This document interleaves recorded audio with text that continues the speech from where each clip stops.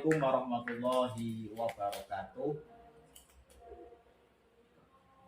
Bersama saya Abdul Aziz, mahasiswa dari Universitas Islam Syekh Nurjati Cirebon. Kali ini kita akan podcast dengan tema peran pendidikan agama Islam untuk memperkokoh demokrasi. Ini di samping saya ada salah satu tokoh agama di Kelurahan Uring Jajar dan juga salah satu guru atau asatizah di MTS Al Azhari. Sebelum kita masuk ke dalam materi, Ibu monggo diperkenalkan terlebih dahulu panjenengan. Assalamualaikum warahmatullahi wabarakatuh. Perkenalkan, nama saya Ibu Syafaatul Miswah. Saya dari Desa Rengen Jajar dan mengajar di MTS Al Azhari Panggaran Lor Semarang. Kita masuk dalam materi. Sebelum kita masuk ke peran pendidikan agama Islam, Bu, kita terlebih dahulu harus mengetahui apa itu demokrasi. Menurut panjenengan itu demokrasi itu seperti apa? Seperti apa sih? Menurut saya, demokrasi itu merupakan bentuk pemerintahan di mana keputusan-keputusan pemerintah yang penting secara langsung atau tidak langsung didasarkan pada kesepakatan mayoritas yang diberikan secara bebas kepada rakyat. Atau mungkin bisa dikatakan kalau pemerintahan itu ya untuk rakyat, demi rakyat, dari rakyat untuk rakyat dan oleh rakyat. Nah, itu mungkin pengertian demokrasi dalam pengertian yang lebih global. Jadi negara kita itu sudah termasuk dalam demokrasi, demokrasi. Ya, benar. Terus untuk pengertian dari pendidikan agama Islam, Bu, menurut panjenengan itu seperti apa? Pendidikan agama Islam menurut saya itu adalah usaha sadar dan terencana untuk menyiapkan siswa dalam meyakini, memahami, menghayati, dan mengamalkan ajaran Islam melalui kegiatan bimbingan, pengajaran, atau pelatihan agar mungkin dalam keseharian para siswa kita itu tidak lupa dari ajaran agama Islam, bisa sesuai dengan ajaran agama atau mungkin pelajaran yang sudah dipelajarinya di sekolahan, jadi untuk bisa diterapkan dalam kehidupannya sehari-hari. Berarti intinya pendidikan agama Islam itu kan mendidik anak agar lebih takwa kepada Allah Subhanahu wa taala. Iya, betul. Terus kita kan ini kan mengajar di madrasah yang notabene itu pendidikan agamanya lebih banyak.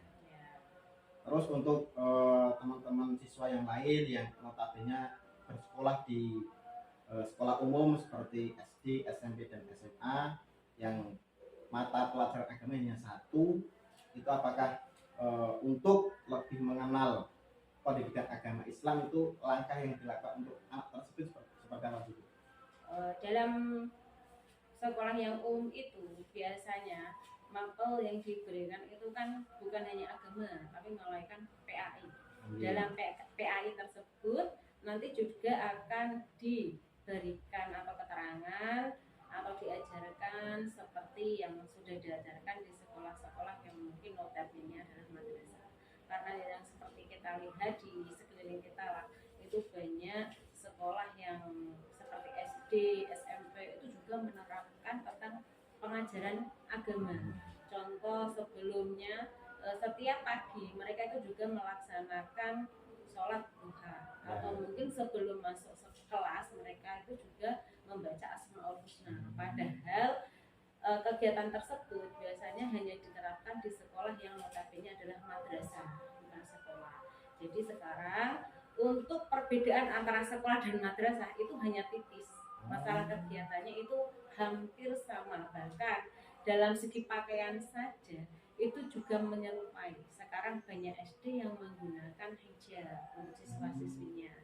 Siswinya bahkan memakai baju panjang roknya panjang, lengan bajunya juga panjang dan memakai hijab. Padahal yang kita tahu ya dari dulu ya bahwa SD itu kebanyakan memakai baju pendek dan bawahan pendek juga dan tanpa berhijab. Itu merupakan salah satu penerapan dari pelajaran PAI yang sudah mereka ajarkan.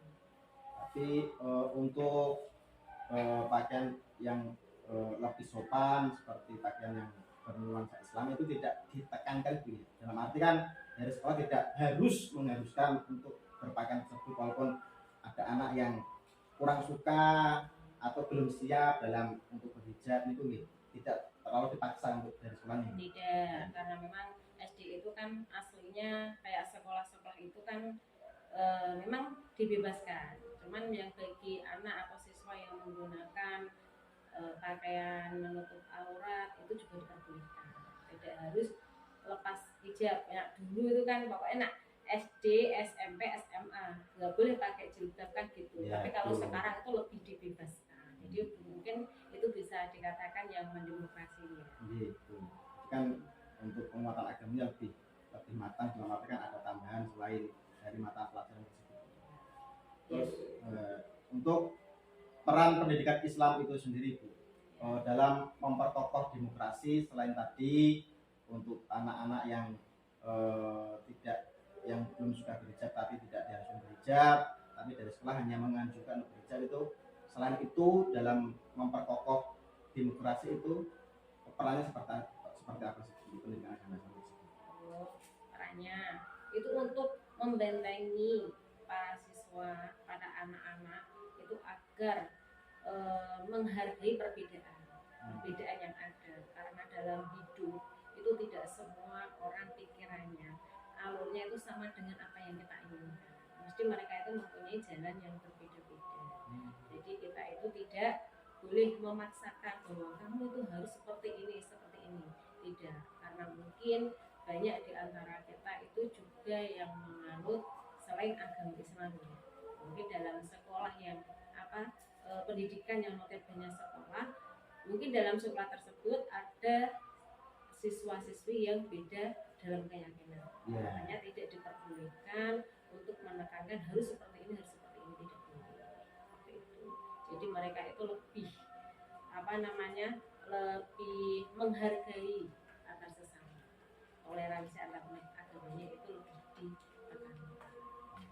Itu salah satu untuk memperkokoh demokrasi itu juga bertoleransi ya Bu, antar sesama beragama. Walaupun kita itu notabene agama Islam, kita juga harus mengamalkan apa yang harus diamalkan sesuai dengan syariat, tapi juga kita tidak harus mencela apa yang teman pejabat kita lakukan walaupun kita tidak keyakinan gitu. Iya, betul seperti itu Pak. Terima kasih Bu Syafatul Miswah untuk peran kali ini, untuk podcast kali ini, semoga bisa bermanfaat. Dalam intinya peran pendidikan agama Islam itu dalam memperkokoh demokrasi itu sangat penting.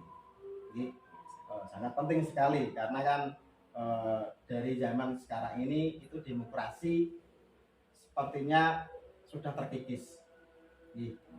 Jadi pendidikan agama itu sangatlah penting untuk memperkokoh demokrasi tersebut.